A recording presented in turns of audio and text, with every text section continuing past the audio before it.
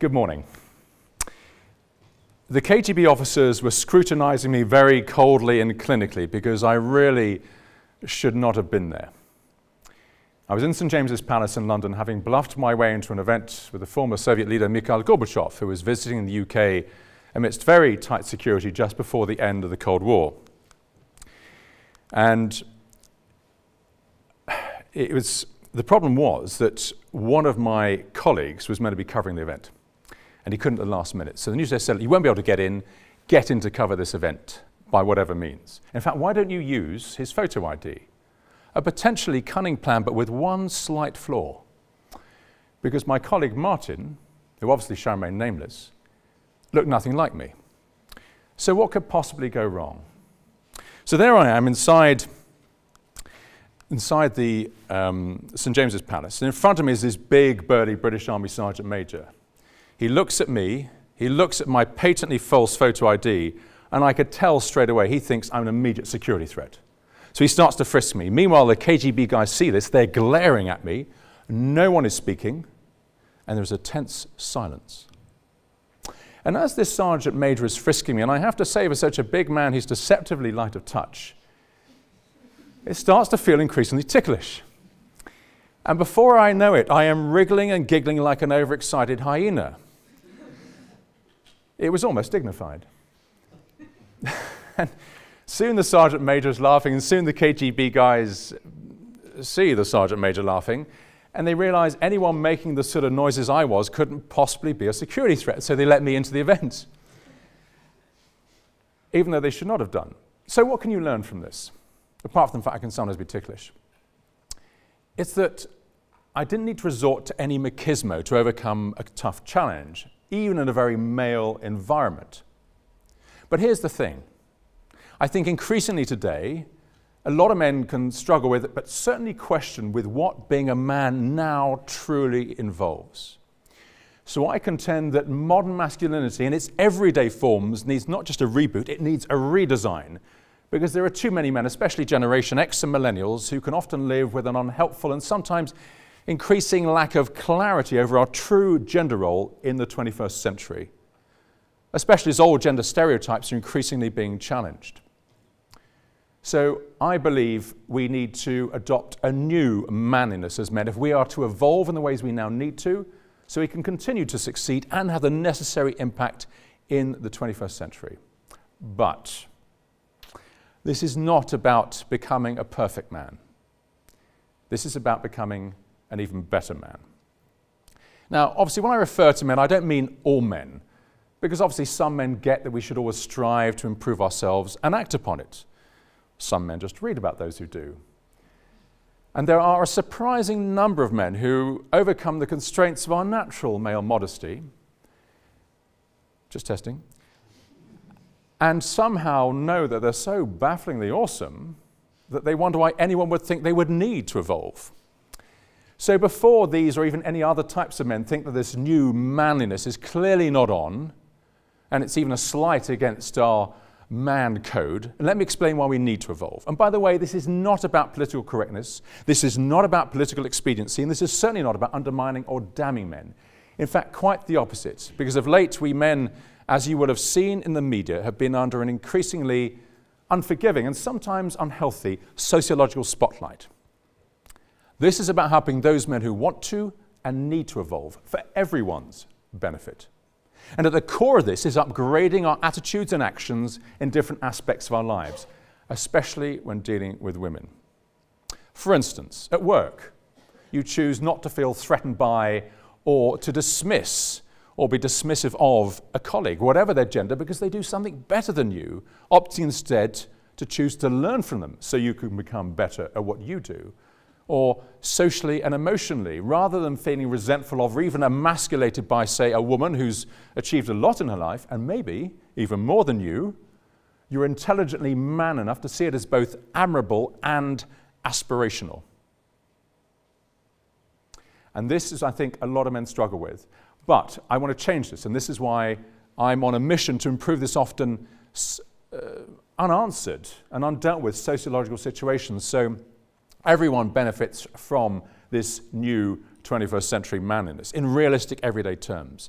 and it's about helping men become a modern alpha. A modern man who is as emotionally and spiritually enlightened and engaged as he is physically and practically dynamic and daring. Right now, many men are being caught up in and caught up by a sweeping riptide of cultural change that is sweeping through Western society, namely that the old patriarchy that has given we men our meaning, our confidence, our sense of validation is being washed away more quickly than many of us realize, or even in some cases want to admit to.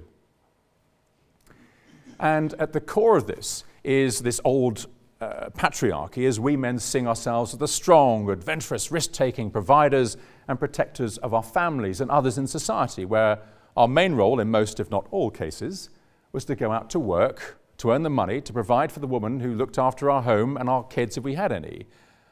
But obviously the tables have been turning most significantly. For instance, in the UK, the proportion of women in employment over the past 40 years has grown from just over 50% to just over 75%.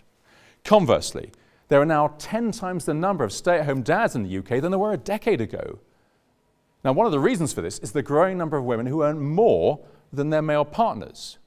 But there's a flip side to this, because a lot of stay-at-home dads can struggle with how they perceive themselves and how society perceives them. One survey found that 17% of them said that being a stay-at-home dad made them feel less of a man. I remember actually when I was a boy, my parents held various parties, but I remember one in particular they held. It was a very elegant affair. And despite there being a lot of good-looking older and middle-aged and younger men there, the women were particularly drawn to a short, stout old man with rickety spectacles and buck teeth. And when I shared this observation with my parents afterwards, my mother explained that the reason so many women were drawn to this old man was because he really liked women. He respected them. He appreciated them. He delighted in them. He didn't lecture them or lecture over them. He was just very natural to them. And this positive attitude to women left a very deep impression on me, which might explain this next story. Now, several years ago, a female friend of mine asked me to be the master of ceremonies at an event she was organizing at a private members club in London, a place that shall remain nameless, because this club had some inexplicably arcane rules that prevented women from having access to most, if not all, areas of the club unless accompanied by a man. Now, perhaps some of the male members were concerned that women might not only be able to find their way into, but around the premises, and God forbid, start and have an amazing conversation, and all without any male supervision. I know. So when I stood up to speak, I couldn't help myself. I said it was great to see so many women at this event, and especially at this club. And I briefly explained the rules limiting female access. I then declared, made up of course, that the male members are now going to vote on whether to give women full and equal access. And they were going, what? And I said they had not two, but three options of whether to allow this to happen. Yes, no, and good God, no. Thank you. It's a strange thing. I don't recall the club ever invited me back, even as a man. Put simply, we men can no longer rely on just our physical strength, our sense of adventure and risk-taking and daring do, and the often understandably accompanying sense that we see ourselves as the main leaders and providers and protectors in society. Even if history glistens with and glories in the many men who, amongst numerous great and impactful deeds, have, for instance, conquered treacherous territories, discovered life-saving medicines, and fought bravely, even sacrificing their own lives to protect their fellow countrymen and women in times of war and more. Such noble male traits and achievements should always be celebrated. But the challenge for many men today is how we adopt other really useful traits in the way we think, feel, speak, and act to help us cope even more effectively with the challenges in this new world. And I'm not just talking about the really tough challenges that we men have to face, like man flu. It is so difficult. I can tell by your understanding. Privately, I think a lot of men can struggle with the modern male behavioral battle between blending fearless, hairy-chested, old-school manliness that women and other men can admire with emotional accessibility and openness that women can also desire, but it's the latter we can really struggle with. This is the reality, because often we feel unable to share our true frustrations and fears and failures because we don't want to look, but also we don't want to feel weak and unmanly, not just to women, but also, in too many cases, even to our better male friends. But if we can't, this can be a real problem that can have a very stark impact. For instance, in the USA, men are still almost 4 times as likely as women to take their own lives. So if we as men are going to develop in very real terms, it is imperative that we can both feel and be unjudged and unafraid of sharing our true vulnerabilities with the important people in our life. And ladies, we need your understanding and your help. Are you happy to help, ladies? Say yes if you are. Yes. Guys, take note of this. We're going to really need that sort of help. So thank you very much. That was a brilliant and indeed the right answer. But this is why I want to share a story with you that I've only ever told 2 people before. Obviously, that's now about to change. And the reason I didn't share this story before, certainly years ago, was because I was afraid of appearing weak and unmanly. But I'm doing so now because I want to reassure any man who is in any doubt about facing up in very real terms to your and our very real emotional demons as men, that it is not only acceptable, it is also healthily manly to do so. Now, in my life, I've been blessed to have had at least one career in my lifetime that was my boyhood dream from the age of 14, namely being an award-winning journalist and broadcaster. By the age of 19, I was a reporter for British national newspapers, and I was soon doing undercover investigations, which involved anything from exposing multi-million-pound frauds to, on one occasion, infiltrating a swingers orgy. For work, I'm just saying. I'm worried about this section of the audience.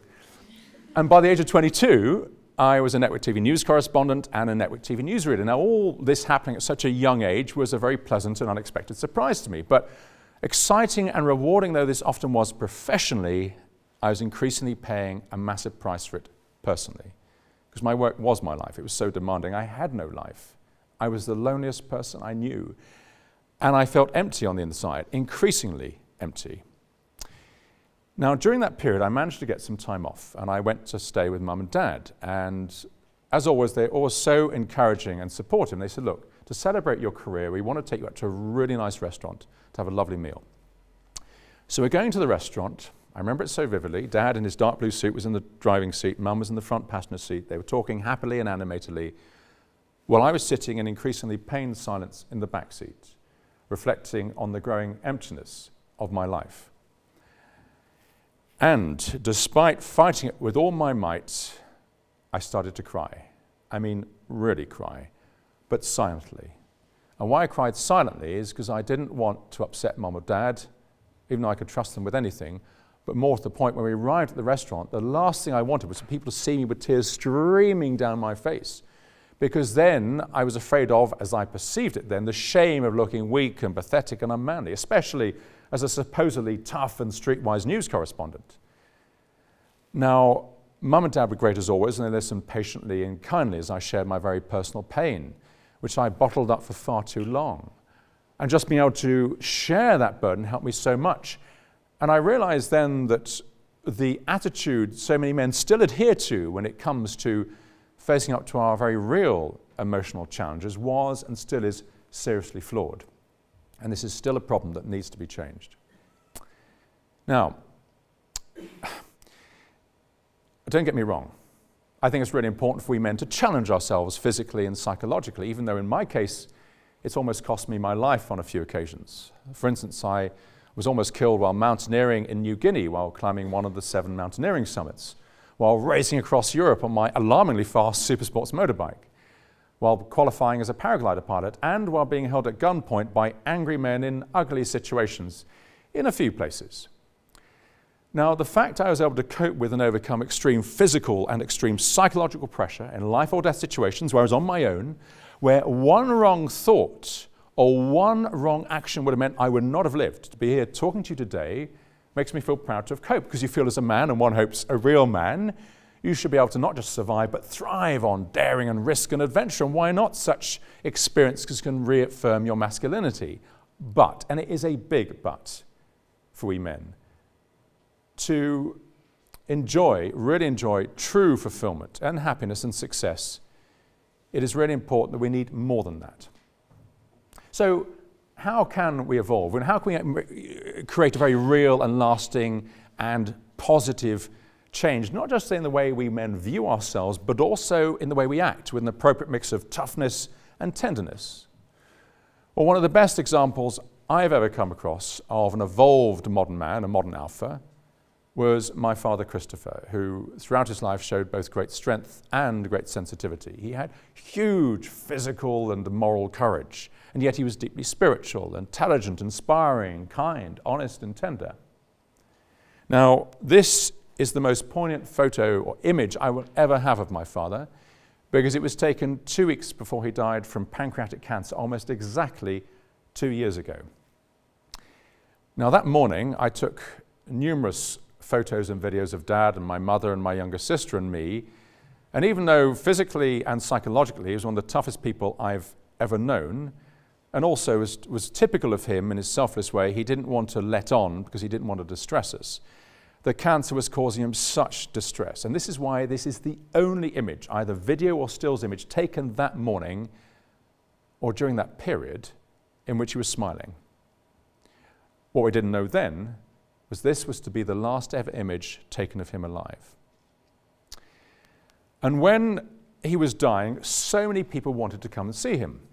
Now, these included a builder who left school with no qualifications, and a bishop who has a PhD and is the Queen's Lord High Almoner, the senior Church of England cleric who, amongst other royal duties, helps the British monarch hand out Maundy Thursday, Monday to Easter. And yet, as always, Dad treated them both the same, with the same charm and warmth and encouragement. And when a month after he died, we held a Thanksgiving service in Worcester Cathedral, it was packed out. Hundreds and hundreds and hundreds of people came from all over the UK and even flew from abroad just for the 1-hour service to celebrate my father's life. That makes me feel really proud. And I know I've been blessed to have had such a magnificent example of an evolved modern man, a modern alpha in my life. So to the men, please tell me you're still here, men, I say this: to have this very real life impact, so you feel and people can say of you that you are an incredible man, such an incredible man, an evolved modern man, what are you now going to do to change or re-engineer the way you think, feel, and speak and act? Because being a modern man, an evolved modern man, needs to be taught to boys as we grow up through state and or private initiatives. And this can be made to happen in reality because it needs to happen in reality. And both men and boys should be shown and encouraged what it is to understand what a modern man is and what it's involved, whether it be what's acceptable and aspirational as well as what's unacceptable and undermining. And also this realistically practicable sense of manliness and what it means inside and outside the workplace also needs to be part of the self-development process in every business.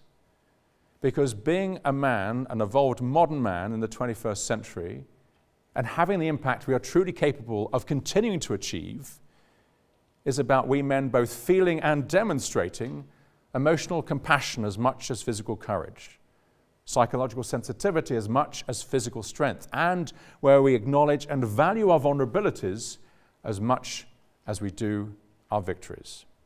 Thank you.